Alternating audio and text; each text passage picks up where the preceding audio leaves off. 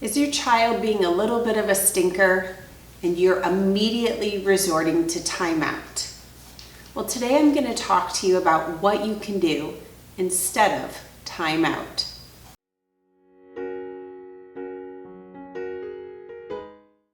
I'm Tiffany Bakke of The Self-Motivated Child, and today we're going to talk about different things that you can do when a child is having a difficult time and you're wanting to resort to timeout. But children are very in the moment, and so recognizing that and understanding that timeout doesn't really work. It may give you, an adult, a break, but for a developing child to learn a sense of self-control, this isn't the best way to go. So let's talk about routes that you can take. The first, if you can, sometimes it's best to just ignore the behavior that the child is doing. If it's not a very detrimental situation where a child is not getting hurt and things aren't getting damaged, sometimes you just have to let it go. Another option, say your child is playing with a toy and is being very destructive. You want to get down to the child's level so that you're having a conversation as you would to an adult, and you can say, that's not how we play with this toy. To play with this truck, we drive it around on the road, or we drive it around and do this and that. If you're going to continue to have a difficult time, we're going to need to put the truck away. And then you allow the child to develop that impulse control and let them play with the toy again. If they're not able to correct themselves or fix that behavior and it's still being very detrimental, then it's time to redirect the child.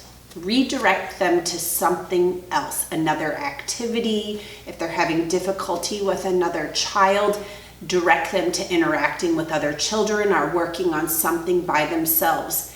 And once they're engaged, you can then take that distraction that was there before and put it out of sight temporarily, whether it be a toy or just positioning yourself between the child the one that was having the conflict and the other child, that you're positioning yourself to prevent that outbreak again.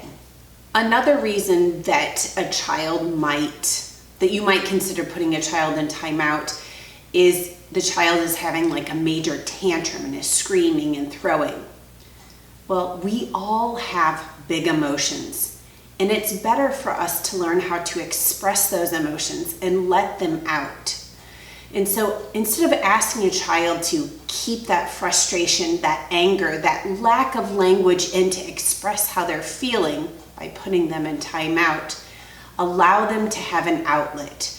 Allow them to have a safe space where they can scream and shout. If they need to throw or hit something, give them an appropriate tool to do that. Whether you have a pool noodle that they can bang against the wall, or they have a balloon to throw around, but allow them to have a safe place to release that anger.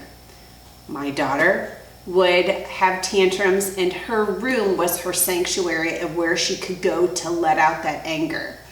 And instead of getting frustrated, yes, I was frustrated, but instead of letting her see that build in me, I tried to remain very calm. And when she let that behavior out and she was calm, I was there with a hug and we were ready to move on. And you can do the same with these, with allowing the child to have this release of those big emotions. Lastly, know what triggers the child that often you're putting the child in timeout. Is it interacting with a certain child? Is it that they're so keyed up after some activities in the morning that now they're hyper and craziness breaks out?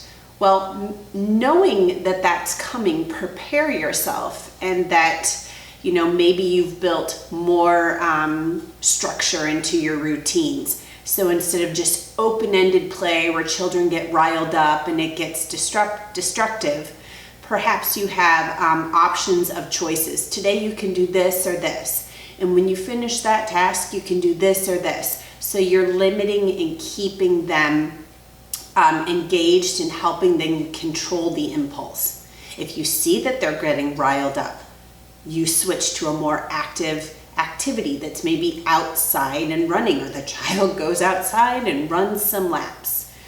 If the child has a difficult time with another child, you're positioning yourself or placing in such a way that perhaps those children don't interact with one another.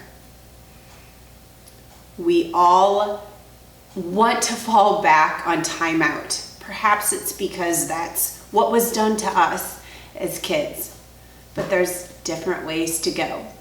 And I hope that some of these suggestions are something you'll try and find some success.